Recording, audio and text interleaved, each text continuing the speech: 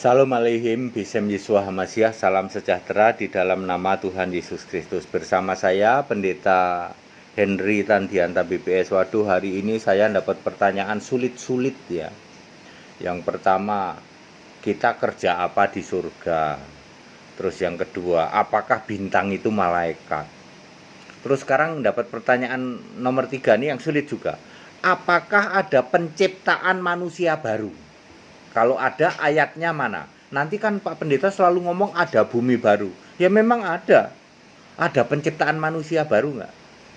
Harus pakai ayat. Iya udah tahu kalau Pendeta HTD harus pakai ayat. Tapi pahami ya. Memahami Alkitab itu bukan seperti baca buku tesis ya, atau skripsi. Mana ada pendahuluan, ada penjelasan, lalu ada kesimpulan. Nggak kayak gitu. Ya nggak kayak gitu ya. Apakah di bumi baru ada penciptaan manusia baru? Jawabannya ada. Kalau binatang tidak ada. Kalau binatang tidak ada penciptaan baru, kalau manusia ada penciptaan baru. Clear? Begini. Coba kita baca Kejadian 1 ayat 1. Narasinya apa? Pada mulanya Allah menciptakan langit dan bumi. Cuman gitu doang. Pada mulanya Allah menciptakan langit dan bumi. Kagak ada itu. Pada mulanya Allah menciptakan langit dan bumi, laut, burung, tumbuhan dan isinya. Nggak ada kayak gitu. Ya, pada mulanya Allah menciptakan langit dan bumi. Titik. Tetapi nanti terus ternyata di situ termasuk juga ada pohon, ada burung, ada binatang, termasuk ada manusia. Andaikan kita hanya pasal 1 ayat 1, Kejadian pasal 1 ayat 1. Maka pada mulanya Allah menciptakan langit dan bumi. Anda tahu nggak bakal nanti ada manusia? Ya enggak, Pak. Kita tahu bahwa nanti ada manusia karena ada nanti sampai pasal ke Kejadian 1 ayat terus sampai nanti Kejadian 2 ayat 7 manusia dibentuk baru, kita tahu, Pak. Tapi kalau cuma baca Kejadian 1 ayat 1 pada mulanya Allah menciptakan langit dan bumi, ya nggak tahu, Pak, kalau ada manusia. Makanya di kitab Kejadian ada pasal 1 sampai pasal 30 apa 31 ya. Itu menceritakan penciptaan. Ya, supaya kita tahu kalimat pertama Kejadian 1 ayat 1, pada mulanya Allah menciptakan langit dan bumi. Ternyata nanti rinciannya termasuk manusia. Mari kita terapkan di Wahyu pasal 21 ya. Lalu aku melihat langit yang baru dan bumi yang baru. Langit yang lama dan langit yang pertama dan bumi yang pertama sudah tidak ada, bahkan laut pun juga sudah lenyap. Wes, titik, hanya segitu doang. Sekarang menjadi pertanyaan. Narasi Wahyu 21 ayat 1 ini sama persis dengan narasi Kejadian 1 ayat 1. Pada mulanya Allah menciptakan langit dan bumi. Wahyu 21 ayat 1. Aku melihat langit dan bumi baru. Enggak ada rincian kalau ada penciptaan manusia, tetapi nanti di ayat 24, 25 bahwa di luar surga itu ternyata ada manusia. Ini yang namanya apa ya? Link ayat bahwa Wahyu 21 ayat 1 ini kita memakai referensi Kejadian 1 ayat 1. Tidak disebutkan akan ada penciptaan bumi, tapi nyatanya ada penciptaan manusia.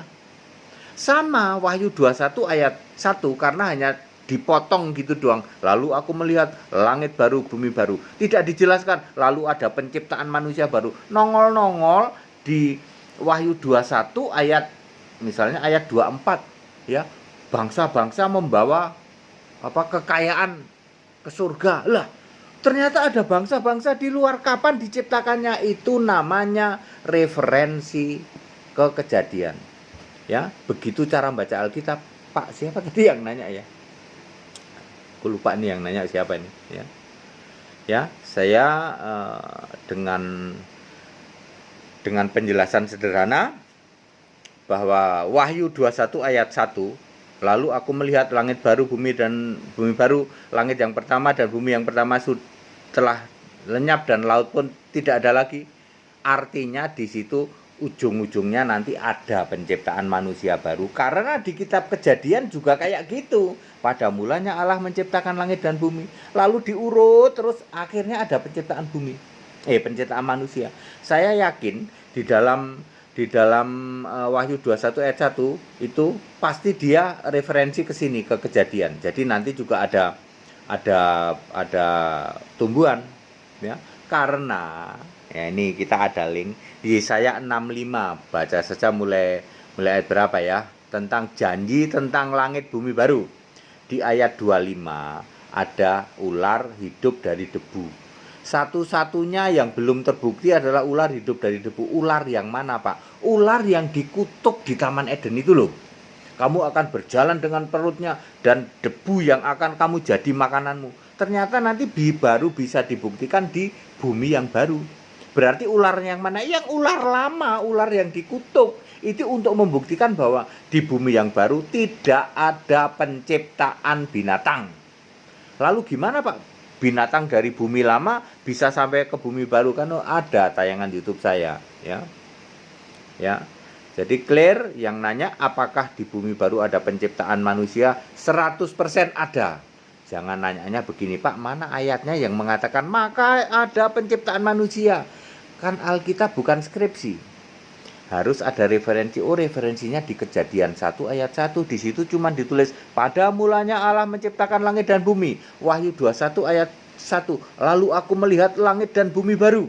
Walaupun tidak ada rinciannya, pasti ada penciptaan manusia. Sebab manusia bumi lama udah mati semua, kan udah dihukum surga atau neraka. Clear? Wah, very clear, Pak.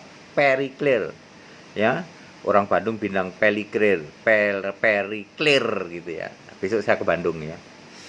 Oke, Bapak Ibu Saudara, padat, singkat dan clear. Jadi benar 100% ada penciptaan manusia baru. Kira-kira 6 hari enggak? Ya pasti ngikutin sini 6 hari udah pasti. Pola Allah berulang. Penciptaan langit baru, bumi baru pasti 6 hari. Karena narasinya sama ya. Ada penciptaan situ kecuali binatang.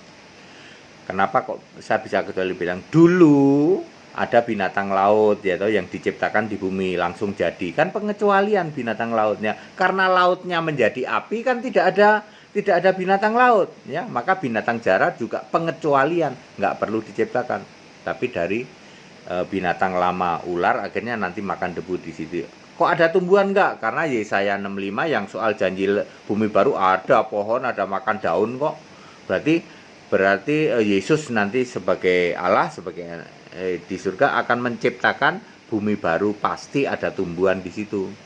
Tapi binatang tidak, karena binatangnya diambil dari bumi lama, terbang dulu baru mendarat.